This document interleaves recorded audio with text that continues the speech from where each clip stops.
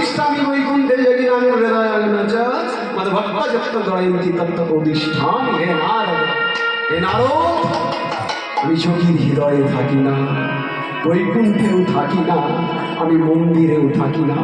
যেখানে আমার শুদ্ধ ভক্ত শুদ্ধ চিত্তে শুদ্ধ দেহ নিয়ে শুদ্ধ আত্মা নিয়ে নয়ন বাড়ি পরিশোধ করে আমার গুণান কীর্তন করে, সেই ভক্তের হৃদয় ফিরে যাও, ফিরে যাও, ফিরে যাও না মুকুন্দ, তুমি ফিরে যাও।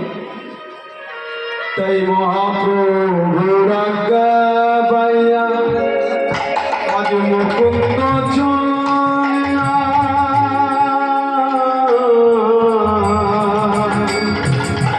মহাপ্রভুর আজ্ঞা পাইয়া মুকুন্দ চলিলা।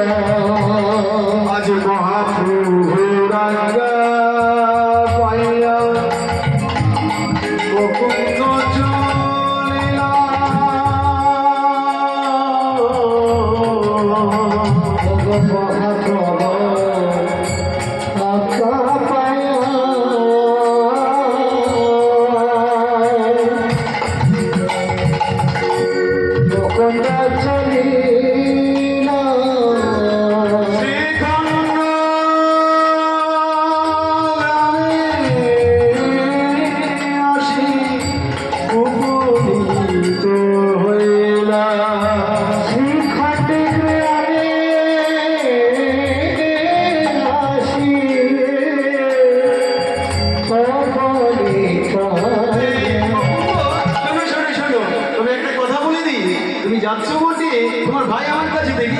তুমি যাও, সেখানে গিয়ে তুমি কি করবে জানো? তোমাদের ওই কবিরাজি চিকিৎসা আছে না, ওটাকে তুমি কিন্তু করবে। মনে রাখবে জীব সেবাতেই শিব সেবা। আর জগৎ যদি কৃষ্ণ নাম প্রচার করবে, তাহলে তুমি বড় ভক্ত আমি জানি, তোমায় কেন সংসারে যেতে বললাম।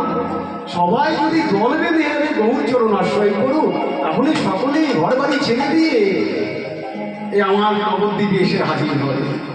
আর সবাই সংসার থেকে পরিচিত হবে। তাই সংসারকে রক্ষা করার জন্য তোমায় দেখতে হবে মুকুন্দ। সেখানে গিয়ে তুমি কি করবে? মহাপ্রভুর আজ্ঞা হয়ে যখন চলে যাচ্ছে, মহাপ্রভুর আজ্ঞা পাইয়া আজ মুকুন্দ চলিলা। মহাপ্রভু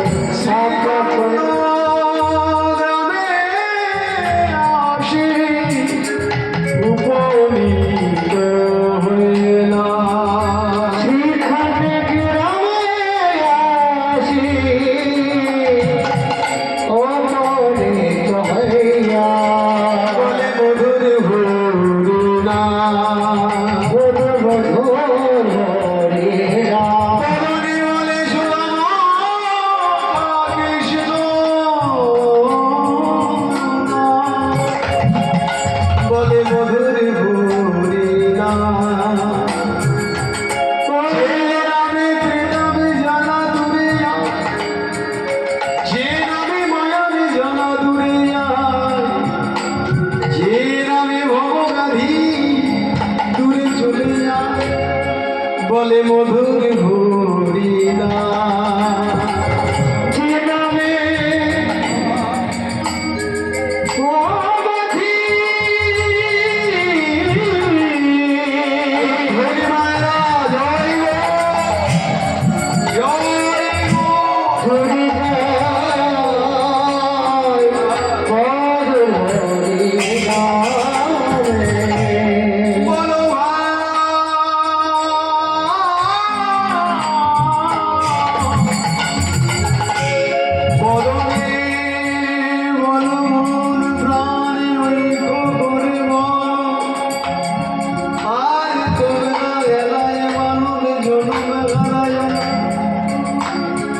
বলো কৃষ্ণ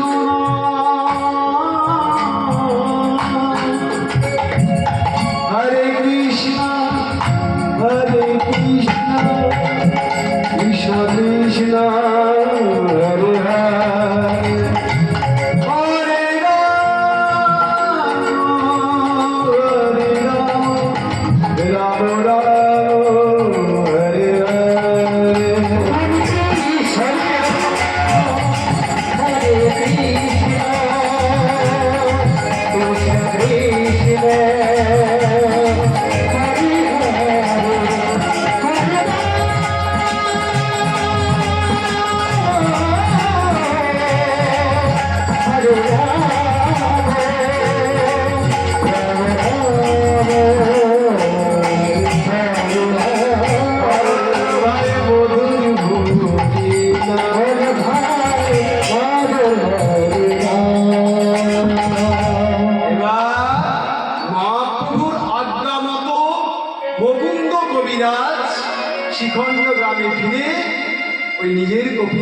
কবিরাজি চিকিৎসা শুরু করলেন।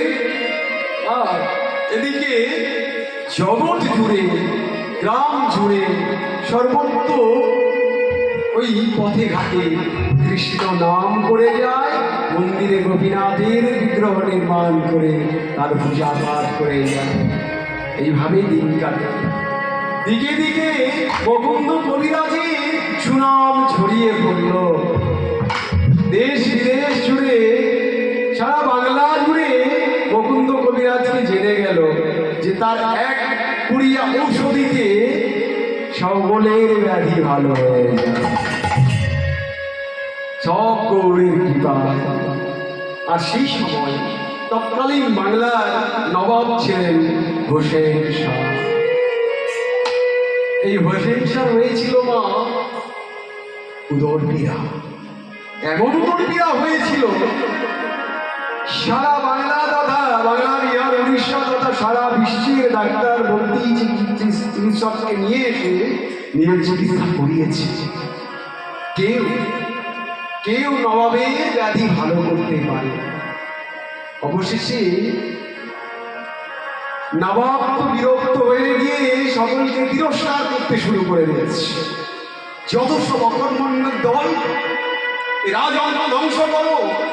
আর একটা এমন জমি, এমন ডাক্তারের তোমরা সন্ধান দিতে পারলে না, কবিরাজের সন্ধান দিতে পারলে না যে আমার ব্যাধিটাকে ভালো করতে। একজন প্রজা দূর হতে দাঁড়িয়ে বড় জোরে বললেন, নবাব সাহেব, আপনি যদি অনুগ্রহ করেন তাহলে আমি একটা কথা বলতে পারি।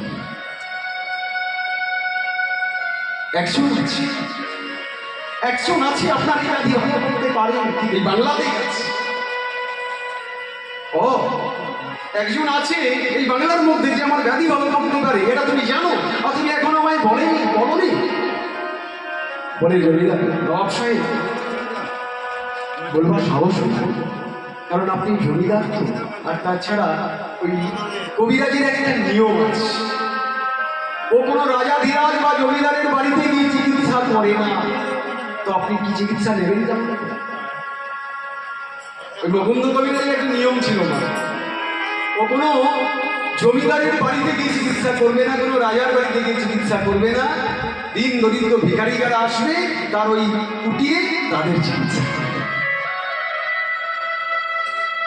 আচ্ছা, এই ব্যাপার ওই জন্যই তো বলি, কারণ আপনাকে দেখে ওই চিকিৎসা দেবে না। আচ্ছা, এত সাহস, আমি বাংলার নবাব, আমাকে চিকিৎসা দেবে না? কবিরাজ এত অর্থা? বেশ, আমি যাবো, তবে আর হোসেন শাহ রূপে নয়, এবার আমি যাব হোসেন ফকির রূপে।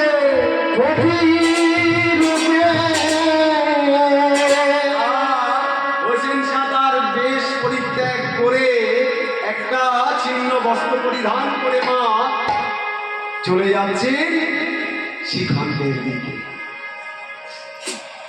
শিখণ্ডের দিকে যেতে যেতে বলে, ও শোনো না, তোমাদের এখানে যে কবিরাজ আছে, ওই কবিরাজকে ওর বাড়িতে একটু আমাকে বলে দেবে। বলছে, ওই যে সামনে গিয়ে বাদিক দিয়ে তারপর একটু যাবে, তারপরে ওর বাড়ি। আর একটু আগিয়ে গেছি, লাইগো ওই শোনো না, তোমাদের এই যে কবিরাজ মুকুন্দ কবিরাজ, ওর বাড়িটা একটু আমায় বলে দেবে। ও তো খুব সোজা গো, ওর বাড়ি না খুব সোজা।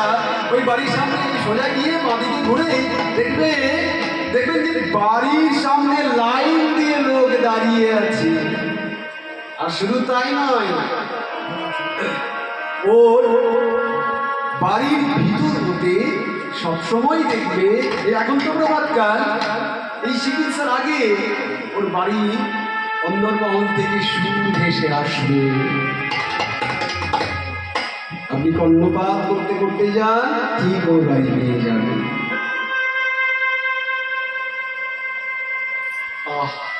মুকুন্দ কবিরাজ গিয়ে দেখছে কাতারে কাতারে লাইন দিয়ে দাঁড়িয়ে আছে।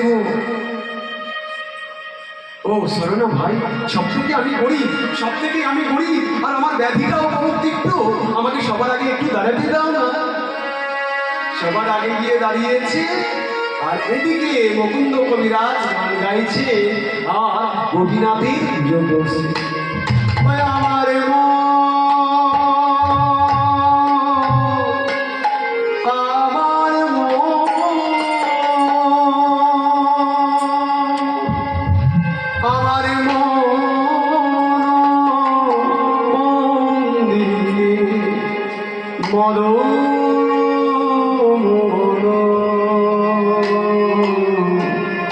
তুমি দাঁড়াবে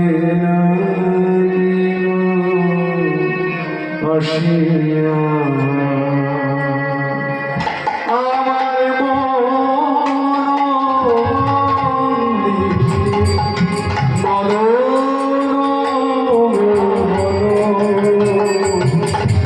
তুমি দাঁড়াবে আসিয়া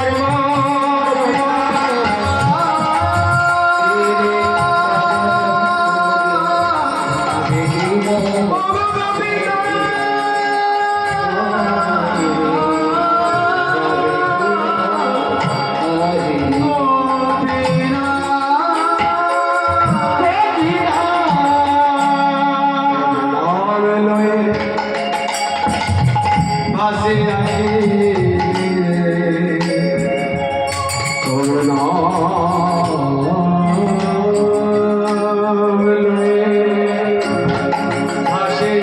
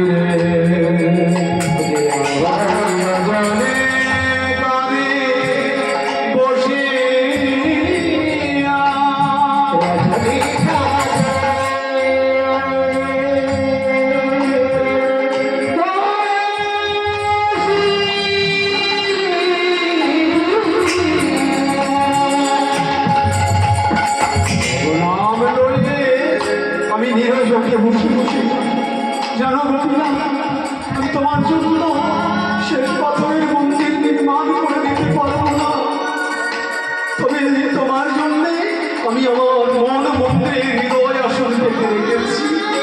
এই মন মন্দিরে হৃদয় আসনে তুমি এসে বসো গোপীনাথ, আমার মন মন্দিরের হৃদয় আসনে তুমি একবার এসে বসো। আমার তিনি কালে দিও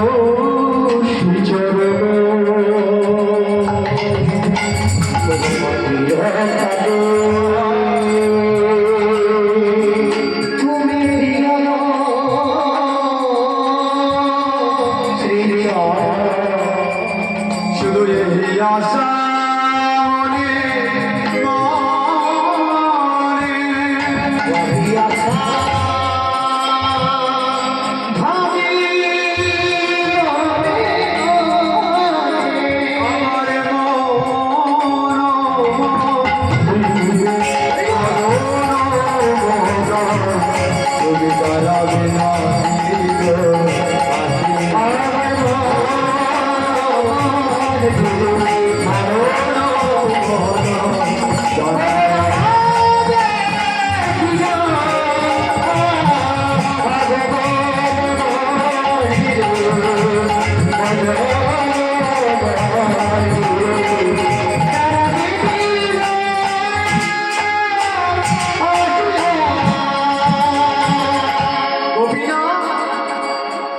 আমার হৃদয় মন্দিরে মন মন্দিরে হৃদয় আসন পেতে রেখেছি, তুমি কি এসে বসবে?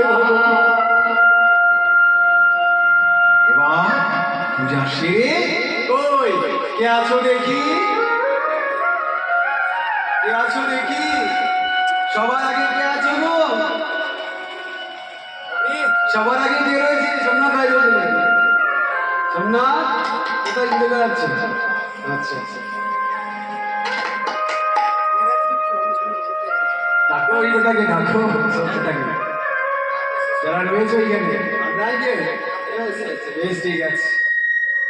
এই যে আমি আমি আমি হোসেন, হোসেন ফকির বলতে গেছে হোসেন শাহ, থমকে দাঁড়িয়ে গেছে। আমি হোসেন ফকির, আমার বড় উদর পীড়া গো, আমার বড় উদর পীড়া। আচ্ছা আচ্ছা, ওই হোসেন তুমি এক কাজ করো তো, ওই জামাটা খুলে মাটিতে শুয়ে পড়ো তো বাবা দেখি। হোসেন শাহ মনে মনে ভাবছে আমি বাংলার নবাব হোসেন শাহ, আর আমাকে জামাটা খুলে মাটিতে শুয়ে বলছে যদি আমার ব্যাধি ভালো না হয় তাহলে তোমার একদিন কি আমার একদিন।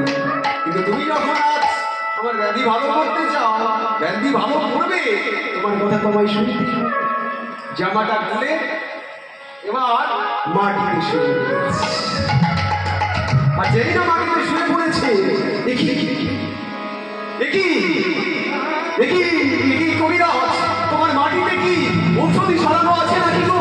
আমি মাটিতে শুতে না শুতেই আমার প্রত্যেক ব্যাধি তো ভালো হয়ে গেছে। কেন গো হোসেন শাহ ওই মাটিতে জামাটা খুলে শুয়ে পড়তে না পড়তে অর্ধেক ব্যাধি ভালো কেন হয়ে গেল জানো না? কোনো ঔষধি কৃপা নয়, বা কোনো ঔষধি স্পর্শে নয়, ঔষধি ক্রিয়াতে নয়, ভক্তের পদধূলি। ওই ভক্তগণ হোসেন শাহর কাছে, আজ আমার কবিরাজের কাছে কখন যাই জানো? নিরুপায় হয়ে সমস্ত কিছু ওই চিকিৎসা ব্যবস্থা কমপ্লিট করে নেয়, তারপর যায় আর অধিক না দেখে। যখন যায় তখন তারা বদনে কৃষ্ণ বলতে বলতেই যায়, আর নিজের আত্মাকে নিজের দেহকে গৌর চরণে সঁপে দিয়ে তবেই যায়। তাহলে সেখানে ভক্তের পদনজর পড়ে থাকবে না, আর সেই ভক্তের পদধূলিতে যেই না হোসেন শাহ শুয়ে পড়েছে অর্ধেক ব্যাধি ভালো হয়ে গেছে। বলছি বাবা হোসেন শাহ আসলে কথা বল, হোসেন শাহ যে যেই না আর্থিক ব্যাধি ভালো হয়ে গেছে দেখছে, বলছে বাবা রে বাবা, ওটা ওটা অন্য কোনো ব্যাপার নয়, আমার তো ওই পুড়িয়া পুড়িয়া ওষুধ কোথাও একটু ছড়িয়ে ছিড়িয়ে পড়ে আছে, তোমার সেটা গায়ে লেগেছে তাই ভালো হচ্ছে। এখন কথা না দাঁড়িয়ে তুমি তুমি এই পুড়িয়াটা খেয়ে নাও তো। যেই না ওই আমার গোপীনাথের প্রসাদী থেকে একটা পুড়িয়া করে দিয়ে, মহাপ্রসাদীকে পুড়িয়া করে দিয়ে বলতে দেখে দেখি ওই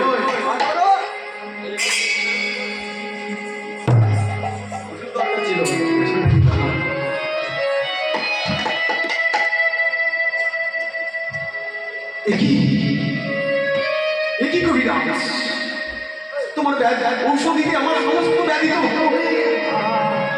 আমার শরীরে আর তো কোনো রোগ বলতে কিছু রইল না। কি আছে তোমার ঔষধিতে?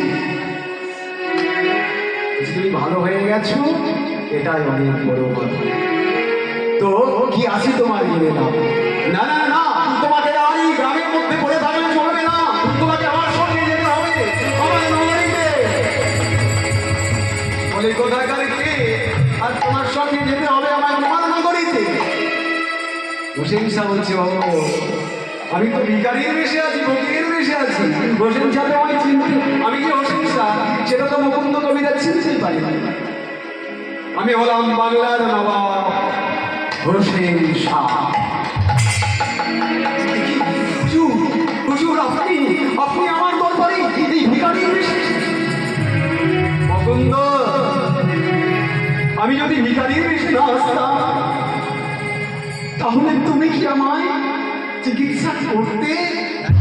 আমি নবাব হোসেন শাহ যদি আসতাম তাহলে কি তুমি আমার চিকিৎসা করতে হবে না? করতে না, তাই আমি ভিখারির বেশে এসেছি। চলো, তোমাকে আমার সঙ্গে যেতে হবে, আরো আরো জগতের বড় চিকিৎসা হতে হবে। তুমি আমার রাস্তা দিতে পারছো? বেশ, নবাবের আদেশ, না গেলে গদ্দান নিয়ে নেবে, আর গেলেও ভজন থেকে বঞ্চিত হতে হবে। কি করি? আজকে যাত্রীটা হয়েছিল, আজকে যাত্রীটা আজকে যাত্রীটা আমায় সময় দিন। আমি গৌরীর কাছে, আমি গৌরীর কাছে আমি নিজের এই প্রার্থনাটা জানাই, গৌরী কি রায় দেয় দেখি তাকে জানাচ্ছি। এবার গভীর রাত্রিতে গৌরী চরণে নয়ন বাড়ি পরিশ্রম করে মুকুন্দ কবিরাজ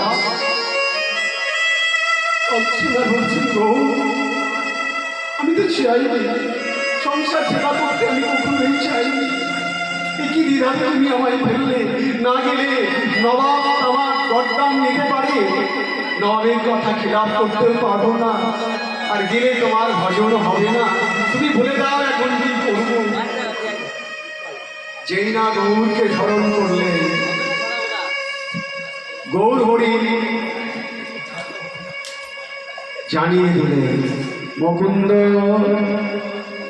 মুকুন্দ তুমি যা, মনে রাখবে জগতে জীব সেবার ওপরে কিছু নেই, জীব সেবাতে শিব সেবা। জীবকে শিব জ্ঞানে বুঝতে পারলে, তাকে সেবা করতে পারলে পরম ব্রহ্মের উপাসনা করা হয়। বেশ, তাই হোক মহাপ্রভু, আমি জানি। এবার প্রভাত কালে চলে যাচ্ছেন ওই নবাব হোসেন শাহর সঙ্গে রাজধানীর দিকে। আর বলে কি বলছেন? প্রভাত কাল তো, তাই প্রভাতী সঙ্গীত এখানে ইউজ করেছেন মহাজন। কহ গৌরাঙ্গ লহ গৌরাঙ্গে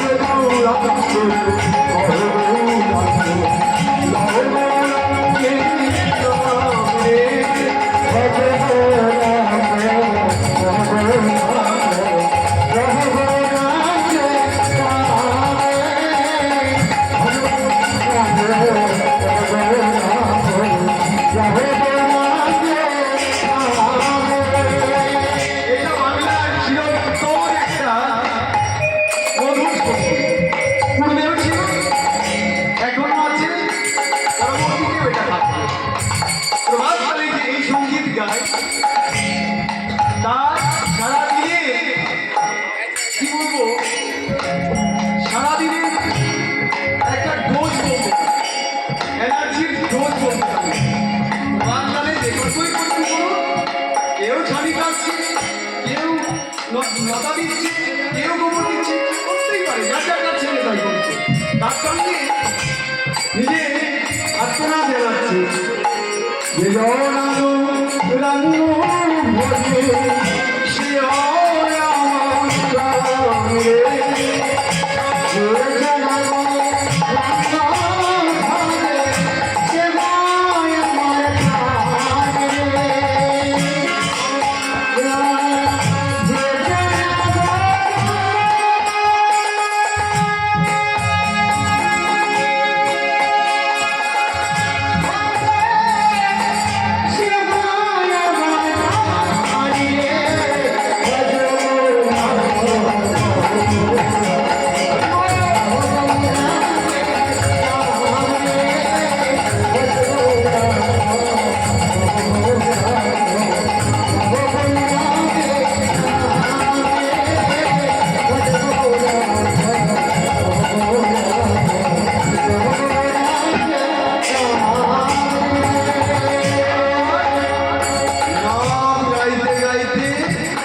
নগরীতে প্রবেশ করেছি। নগরীতে প্রবেশ করে বলছে না না না নবাব সাহেব, আমি তো যাবো না, আমি আপনার দরবারে প্রবেশ করব না। আপনি যদি কৃপা করে আমাকে একটা এখানে পাতা বা ঘরের কুটির নির্মাণ করে দেন, এখানে আমি গোপীনাথের পুজো করবো, রাধা মাধবের পুজো করবো, আর আমি চিকিৎসা দেবো সকলে। এবার জমিদার আজ নবাব হোসেন সাহেব করলেন, সকলকে ডেকে বললেন দাদা এই জায়গাতে আজ মুকুন্দ কবিরাজি থাকার ব্যবস্থা করে দাও, আর ওর জন্য একটা ওই তার ঘরের ছাওয়ানি করে মন্দির খুলে দাও, সেখানে মাধবের পুজো করবে। এবার ডাক্তার শুরু করেছে, সেখানে চিকিৎসা করে যেই আসে তার ব্যাধি ভালো হয়েছে। যে দূরান্ত থেকে দেশ বিদেশ থেকে মুকুন্দ কবিরাজের এবার নাম ছড়িয়ে পড়েছে, এক নামে মুকুন্দ কবিরাজকে চেনে সবাই কবিরাজ হিসাবে। মুকুন্দ কবিরাজ দেখতে থেকে বড় কবিরাজ হয়ে গেল, আর এদিকে ভান করে এত বড় ভক্ত হয়ে উঠেছে, সেটা আমরা পদাবলিতে গিয়ে আস্বাদন করবো কেমন ভক্ত সে হয়েছে। মুকুন্দ কবিরাজ গাইছে, আর এদিকে নবাব হোসেন শাহ শুনতে পেয়েছে এই চিকিৎসার সঙ্গে মুকুন্দ কবিরাজ খুব সুন্দর মাধবের পুজো করে। তাই হোসেন শাহ মনে মনে চিন্তা করলেন, যাই আমিও একবার দেখি, অনেকদিন তো হলো এসেছে, কবিরাজ এমন রয়েছে, একবার দেখাও হবে, আর তার ওই গোপীনাথের ওই মাধবের পুজোটাও একটু দেখা হবে, কেমন পুজো করে আমি একটু দেখি। তখন দুজন বাতাস করতে করতে যাচ্ছি ওই নবাবের পিছনে পিছনে, আর নবাব চলেছে ওই কবিরাজের। মুকুন্দ কবিরাজ তখন কি করছেন না, আমার রাধা মাধবী ওই ময়ূরের চূড়া থেকে, মানে রাধা মাধবীর চূড়া থেকে চরণ পর্যন্ত দর্শন করছেন, আর সেবা দিচ্ছেন, নিজের আত্মনিবেদন করছেন, নিজের প্রেম ভক্তি দিচ্ছেন, আর ওই তুলসী চরণে সাজিয়ে দিচ্ছেন, আর এক দৃষ্টে ওই গোবিন্দের রূপটাকে দর্শন করছে। এই জায়গায় এই পদাবলী তিনি গাইছেন,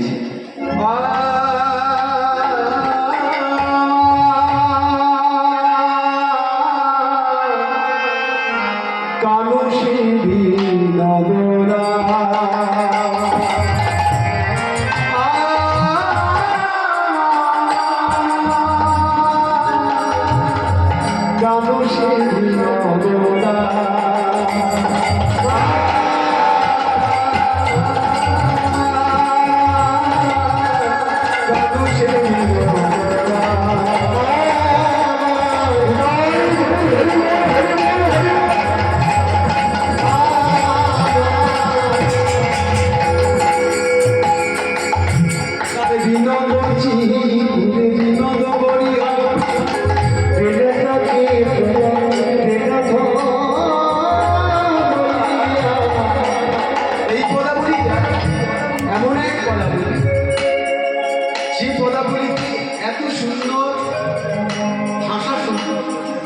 মানে এখানে সাজানো আছে কানুষে বিনোদ রায়, সব বিনোদ, প্রত্যেকটা বিষয়ই বিনোদ। তার বিনোদ চিপুরে বিনোদ বলি হবে উড়িছে